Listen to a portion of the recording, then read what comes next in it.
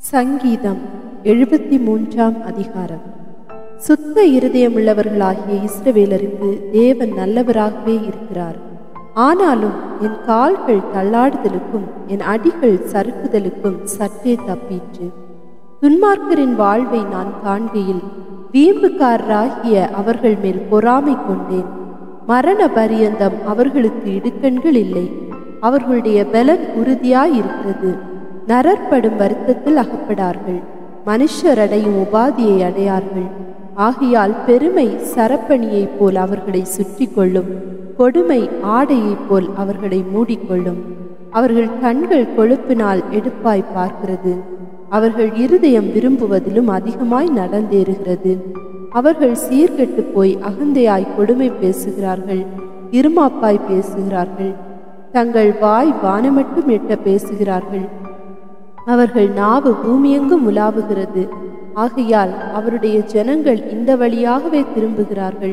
தண்ணீர்கள் அவர்களுக்கு பரிபூரணமாய் சுரந்து வரும். தேவனுக்கு அது எப்படி தெரியும்?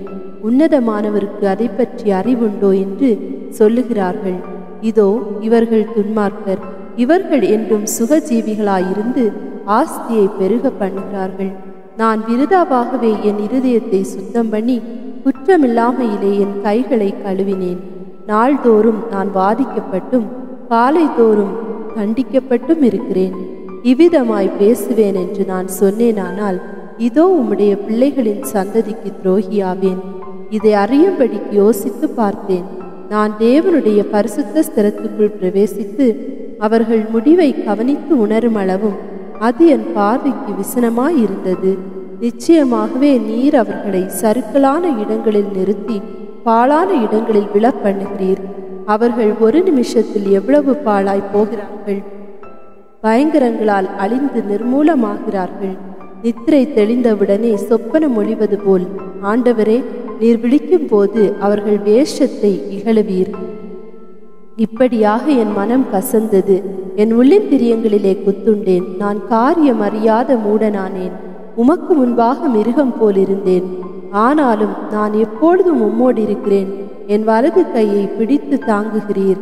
பரலோகத்தில் உம்மை அல்லாமல் எனக்கு யார் உண்டு? பூலோகத்தில் உம்மை தவிர எனக்கு வேறு விருப்பமில்லை. என் மாம்சமும் என் இருதயமும் மாண்டு போகிறது. தேவன் என்றென்றைக்கும் என் இருதயத்தின் கண்மலையும் என் பங்குமாயிருக்கிறார். இதோ உம்மை விட்டு தூரமாய் போகிறவர்கள் நாசமடைவார்கள். உம்மை விட்டு சோரம் போகிற அனைவரையும் சங்கரிப்பீர். எனக்கோ தேவனை அண்டிக் கொண்டிருப்பதே நலம். நான் உமது கிரியைகளை எல்லாம் சொல்லி வரும்படி கர்த்தராகிய ஆண்டவர் மேல் என் நம்பிக்கையை வைத்திருக்கிறேன். சங்கீதம் 74 அதிகாரம். தேவனே, நீர் எங்களை என்றென்றைக்கும் ஏன் தள்ளிவிடுகிறீர்? உமது மேய்ச்சலின் ஆடுகள் மேல் உமது கோபம் ஏன் புகைகிறது? நீ பூர்வ காலத்தில் சம்பாதித்த உமது சபையையும் நீர் மீட்டு கொண்ட உமது சுதந்திரமான கோத்திரத்தையும் நீர் வாசமாயிருந்த சீயோன் பர்வதத்தையும் நினைத்தருளும். நெடுங்காலமாக பாழாய் கிடக்கிற ஸ்தலங்களில் உம்முடைய பாதங்களை எழுந்தருள பண்ணும். பரிசுத்த ஸ்தலத்திலே சத்ரு அனைத்தையும் கெடுத்து போட்டான். உம்முடைய சத்துருக்கள் உம்முடைய ஆலயங்களுக்குள்ளே கெர்ச்சித்து தங்கள் கொடிகளை அடையாளங்களாக நாட்டுகிறார்கள். கோடரிகளை ஓங்கி சோலையிலே மரங்களை வெட்டுகிறவன் பேர் பெற்றவனானான். இப்பொழுதோ அவர்கள் அதன் சித்திர வேலைகள் முழுவதையும் வாட்சிகளாலும் சம்மட்டிகளாலும் தகர்த்து போடுகிறார்கள். உமது பரிசுத்த ஸ்தலத்தை அக்கினிக்கு இரையாக்கி உமது நாமத்தின் வாசஸ்தலத்தை தரை மட்டும் இடித்து அசுத்தப்படுத்தினார்கள். அவர்களை ஏகமாய் நீர்த்துளியாக்குவோம் என்று தங்கள் இருதயத்தில் சொல்லி தேசத்தில் உள்ள ஆலயங்களை எல்லாம் சுட்டரித்து போட்டார்கள். எங்களுக்கு இருந்த அடையாளங்களை காணோம். தீர்க்கதரிசியும் இல்லை. இது எதுவரைக்கும் என்று அறிகிறவனும் எங்களிடத்தில் இல்லை. தேவனே, எதுவரைக்கும் சத்துரு நிந்திப்பான்? பகைவன் உமது நாமத்தை எப்பொழுதும் தூஷிப்பானோ? உமது வலது கரத்தை ஏன் முடக்கிக் கொள்கிறீர்? அதை உமது மடியிலிருந்து எடுத்து ஓங்கி நிர்மூலமாக்கும். பூமியின் நடுவில் இரட்சிப்புகளை செய்து வருகிற தேவன் பூர்வ காலம் முதல் என்னுடைய ராஜா. தேவரீர் உமது வல்லமையினால் சமுத்திரத்தை இரண்டாக பிளந்து ஜலத்திலுள்ள வலு சர்ப்பங்களின் தலைகளை உடைத்தீர். தேவரீர் முதலைகளின் தலைகளை நறுக்கி போட்டு அதை வனாந்திரத்து ஜனங்களுக்கு உணவாக கொடுத்தீர். ஊற்றையும் ஆற்றையும் பிளந்து விட்டீர். மகா நதிகளையும் வற்றி போக பண்ணினீர். பகலும் உம்முடையது, இரவும் உம்முடையது. தேவரீர் ஒளியையும் சூரியனையும் படைத்தீர்.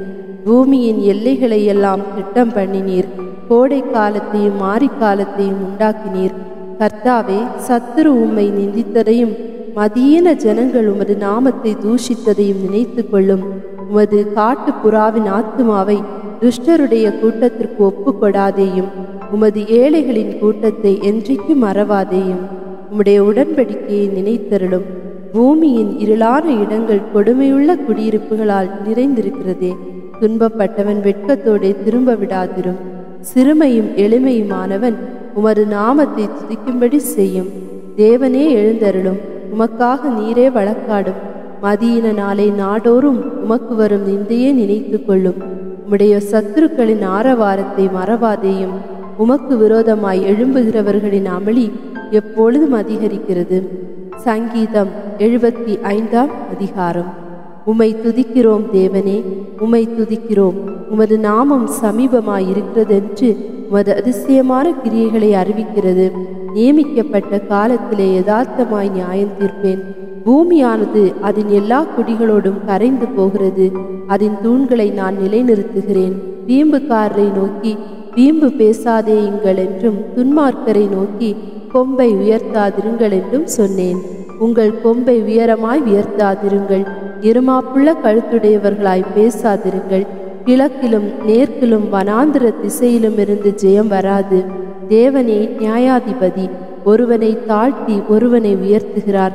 கலங்கி பொங்குகிற மதுபானத்தினால் நிறைந்த பாத்திரம் கர்த்தருடைய கையில் இருக்கிறது. அதிலிருந்து வார்க்கிறார். பூமியில் உள்ள துன்மார்க்கர் யாவரும் அதன் மண்டல்களை உறிஞ்சி குடிப்பார்கள். நானோ என்றென்றைக்கும் இதை அறிவித்து யாக்கோபின் தேவனை கீர்த்தனம் பண்ணுவேன். துன்மார்க்கருடைய கொம்புகளை எல்லாம் வெட்டி போடுவேன். நீதிமானுடைய கொம்புகளோ உயர்த்தப்படும். சங்கீதம் 76 அதிகாரம். யூதாவில் தேவன் அறியப்பட்டவர். இஸ்ரவேலில் அவருடைய நாமம் பெரியது. சாலேமில் அவருடைய கூடாரமும் சீயோனில் அவருடைய வாசஸ்தலமும் இருக்கிறது. அங்கே இருந்து வில்லின் அம்புகளையும் கேடகத்தையும் பட்டயத்தையும் யுத்தத்தையும் முறித்தார். மகத்துவம் உள்ளவரே, கொள்ளையுள்ள பர்வதங்களை பார்க்கலும் நீர் பிரகாசமுள்ளவர். தைரிய நெஞ்சுள்ளவர்கள் கொள்ளையிடப்பட்டு நித்திரை அடைந்து அசர்ந்தார்கள். வல்லமையுள்ள எல்லா மனுஷருடைய கைகளும் அவர்களுக்கு உதவாமற் போயிற்று. யாக்கோபின் தேவனே, உம்முடைய கண்டிதத்தினால் ரதங்களும் குதிரைகளும் உறங்கி விழுந்தது. நீரே பயங்கரமானவர். உமது கோபம் மூழும் போது உமக்கு முன்பாக நிற்பவன் யார்? நியாயம் விசாரிக்கவும் பூமியில் சிறுமைப்பட்டவர்கள் யாவரையும் ரட்சிக்கவும் தேவரீர் எழுந்தருளினீர். வானத்திலிருந்து நியாய தீர்ப்பு கேட்க பண்ணினீர். பூமி பயந்து அமர்ந்தது. மனுஷனுடைய கோபம் உமது மகிமையை விளங்க பண்ணும். மிஞ்சும் கோபத்தை நீர் அடக்குவீர். பொருத்தனை பண்ணி அதை உங்கள் தேவனாகிய கர்த்தருக்கு நிறைவேற்றுங்கள். அவரை சூழ்ந்திருக்கிற அனைவரும் பயங்கரமானவருக்கு காணிக்கைகளை கொண்டு வர கடவர்கள். பிரபுக்களின் ஆவியை அடக்குவார். பூமியின் ராஜாக்களுக்கு அவர் பயங்கரமானவர். சங்கீதம் 77 அதிகாரம். நான் தேவனை நோக்கி என் சத்தத்தை உயர்த்தி கெஞ்சினேன். என் சத்தத்தை தேவனிடத்தில் உயர்த்தினேன். அவர் எனக்கு செவி கொடுத்தார். என் ஆபத்து நாளில் ஆண்டவரை தேடினேன். இரவிலும் என் கை தளராமல் விரிக்கப்பட்டிருந்தது. என் ஆத்துமா ஆறுதல் அடையாமற் போயிற்று. நான் தேவனை நினைத்த போது அலறினேன். நான் தியானிக்கும் போது என் ஆவி தோய்ந்து போயிற்று. நான் தூங்காதபடி என் கண்ணிமைகளை பிடித்திருக்கிறீர். நான் பேச மாட்டாதபடி சஞ்சலப்படுகிறேன். பூர்வ நாட்களையும் ஆதி காலத்து வருஷங்களையும் சிந்திக்கிறேன். ராக்காலத்தில் என் சங்கீதத்தை நான் நினைத்து என் இருதயத்தோடு சம்பாஷித்துக் கொள்கிறேன். என் ஆவி ஆராய்ச்சி செய்தது. ஆண்டவர் நித்திய காலமாய் தள்ளிவிடுவாரோ? இனி ஒருபோதும் தயை செய்யாதிருப்பாரோ? அவருடைய கிருபை முற்றிலும் அற்று போயிற்றோ? வாக்குத்தத்தமானது தலைமுறை தலைமுறைக்கும் ஒளிந்து போயிற்றோ? தேவன் இரக்கம் செய்ய மறந்தாரோ?